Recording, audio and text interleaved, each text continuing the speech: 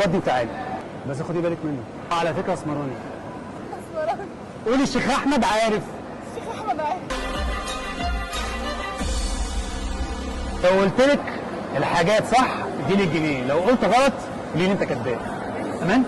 ماشي. استغفر الله العظيم يا رب. استعالي قولي استغفر الله العظيم يا رب. قولي استغفر الله العظيم يا رب. استغفر الله العظيم يا رب. استعالي. استغفر الله العظيم يا رب. استعالي. استغفر الله العظيم يا رب. في مشكلة عندك في البيت. صح؟ في مشكلة عندك في البيت. حاجة في أهلك. أبوك وأمك حاجة كده، صح؟ خمين يعني؟ لا في مشكلة عندك في البيت بينك وبينهم من بعض، صح؟ جامد.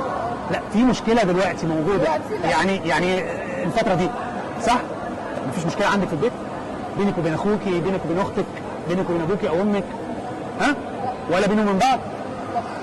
متأكدة؟ ازاي يعني؟ والله. الخط ده لما يتعاكس من الخط ده على فكره بيقول ده علم، مش كلام من عندي، ده علم من راجل مذاكر بس فاهم وقاري وعارف بالله عز وجل. الخط ده لما يتعامل مع الخط ده معناه ان في مشكله عندك في حياتك.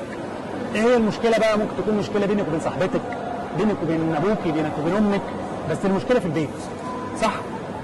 لازم خلاص امتحانات هم متوقفين بس على ما يجيبوا لي التليفون لما في يجي مشكله لي. في البيت؟ لا. ولا عندك مع صحباتك؟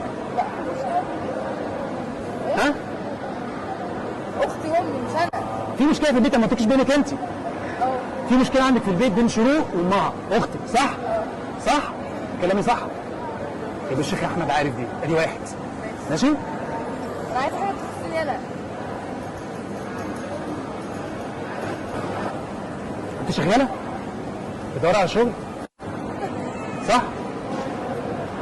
بتكلم بجد، بتدور على شغل؟ صح؟ ومش لاقيه، صح؟ ادي تاني حاجه. ليه بقى؟ ليه؟ ده خط الرزق، بص متفرع ازاي في اخره؟ انا بتكلم بجد، الولد ده علم، خط الرزق متفرع، في عندك مشكله في الشغل، مشكله في الرزق. يا موجوده يا هتبقى موجوده يا هتتناها موجوده، لغايه امتى؟ لغايه اما الخط ده يكمل. طول ما الخط ده متفرع كده في مشكله عندك في رزقك. بسم الله الرحمن الرحيم، يا رب يا رب ارزقنا يا رب يا رب. بسم الله الرحمن الرحيم، اللهم صل على محمد يا رب. استرها معانا يا رب، استرها معانا يا رب، استرها معانا يا رب. انتمتك صاحبتك في حاجه حصلت الفتره اللي فاتت دي بينك وبينها؟ اقرب واحده ليك كم واحده؟ هم 3 أو 2، صح؟ صح ولا لا؟ ها؟ ايوه. الشيخ احمد عارف ولا لا؟ الشيخ احمد عارف ولا لا؟ ها؟ بس قوليها لي انا اسمعها. ايوه عارف. لا قولي لي الشيخ احمد عارف. عارف. الشيخ احمد عارف.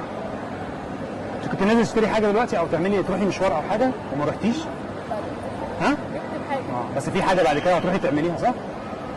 رايحه انت مشوار بعد كده او حاجه؟ هروح. ها؟ هروح. مش رايحه في حته؟ بس كده كفايه عليكي كده. لا انا عايزه اكمل هديك 2 جنيه. لا انا كده بالنسبه لي خلاص ومش عايز الجنيه. لا والله بديهولك. روحي تودي وتعالي. بجد؟